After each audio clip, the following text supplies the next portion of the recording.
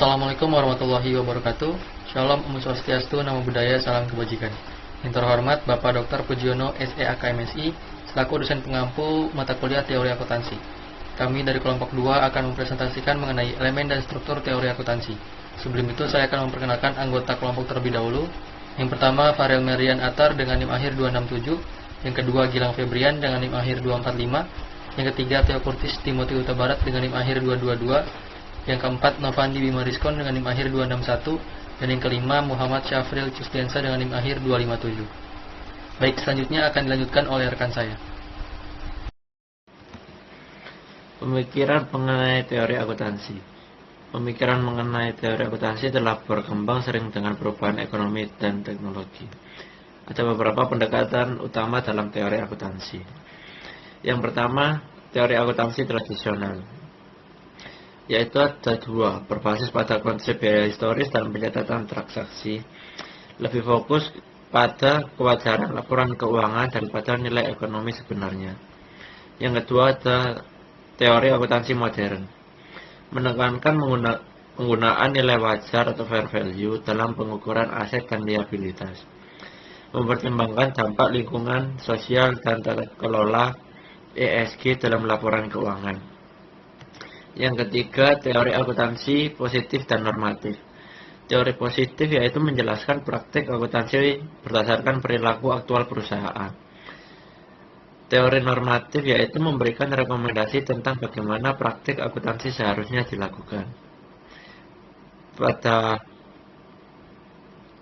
pemikiran mengenai teori akuntansi, yaitu elemen teori akuntansi meliputi konsep dasar, standar dan tujuan pelaporan keuangan. Struktur teori akuntansi terdiri dari tingkat deskriptif, normatif, dan perspektif. Pemilikan teori akuntansi terus berkembang dari pendekatan tradisional ke pendekatan berbasis nilai wajar dan ESG.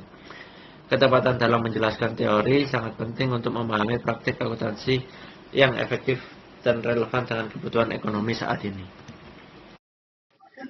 Selanjutnya, pemikiran mengenai konsep dalam akuntansi. Ketepatan dalam menjelaskan pemikiran mengenai konsep akuntansi melibatkan penggunaan definisi yang jelas, istilah yang tepat, dan kalimat yang efektif. Konsep dasar akuntansi adalah aturan-aturan yang perlu dipahami dalam menyusun laporan keuangan agar laporan keuangan yang dibuat menjadi standar yang sama. Ini menjadi fondasi atau landasan utama dalam melakukan proses pencatatan, ringkas, mengklarifikasi, menampilkan hingga pada proses pengolahan data. Selanjutnya, untuk memperkuat kecepatan bahasa dalam menyampaikan konsep akuntansi, beberapa strategi dapat diterapkan. Pertama, ada definisi yang jelas. Konsep dasar akuntansi didefinisikan sebagai konsep yang berlaku secara umum untuk mendapatkan kesatuan analisis, pandangan, serta pendapat dari pihak pemberi informasi keuangan hingga pihak-pihak lainnya. Akuntansi itu sendiri adalah sistem atau proses yang mencatat, mengelompokkan, meringkas, menganalisis, dan menyajikan informasi keuangan suatu entitas. Kedua, istilah yang tepat. Penggunaan istilah yang tepat sangat penting dalam akuntansi untuk menghindari ambiguitas. Laporan keuangan harus diukur dengan satu nilai tertentu agar data dapat dihitung dengan mudah. Ketiga, kalimat yang efektif. Kalimat yang digunakan harus jelas, ringkas, dan mudah dipahami. Akuntansi bertujuan untuk mengumpulkan, mencatat, dan menyajikan informasi keuangan yang akurat, relevan, dan dapat dipercaya kepada pihak terkait.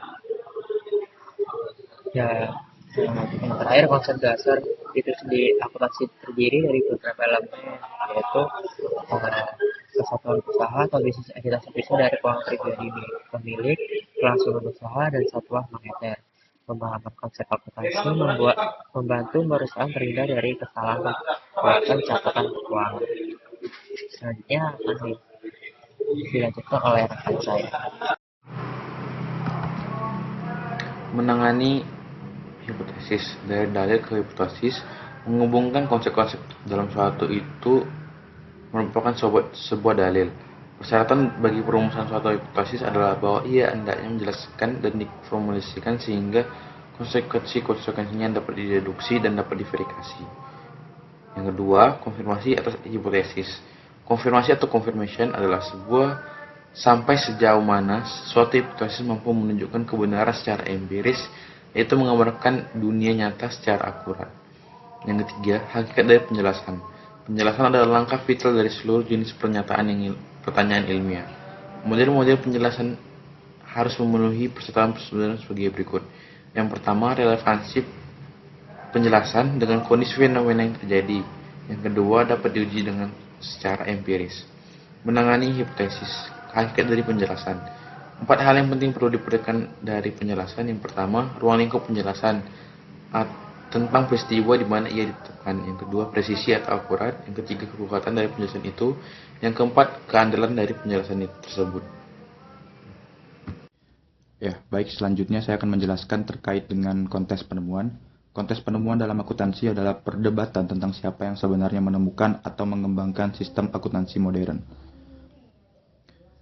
Konteks penemuan atau teori konteks ini menyatakan bahwa perkembangan akuntansi tidak dapat dikaitkan hanya dengan satu individu atau satu peradaban saja. Sebaliknya, akuntansi berkembang melalui berbagai kontribusi dari berbagai budaya dan individu yang saling bersaing dalam mengembangkan metode pencatatan keuangan.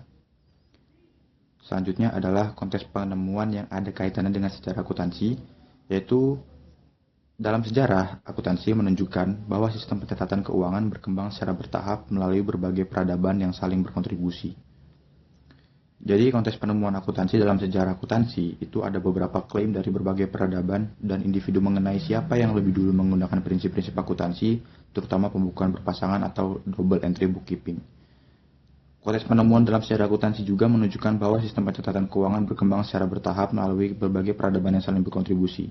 Meskipun Luca Pacioli atau sebagai pencipta akuntansi, metode akuntansi, itu memainkan peran penting dalam mendokumentasikan prinsip akuntansi modern. Sistem tersebut telah berkembang sejak lama di berbagai budaya termasuk Mesopotamia, Romawi, Tiongkok, dan dunia Islam. Baik, cukup sekian presentasi dari kelompok kami. Kurang lebihnya mohon maaf. Wassalamualaikum warahmatullahi wabarakatuh.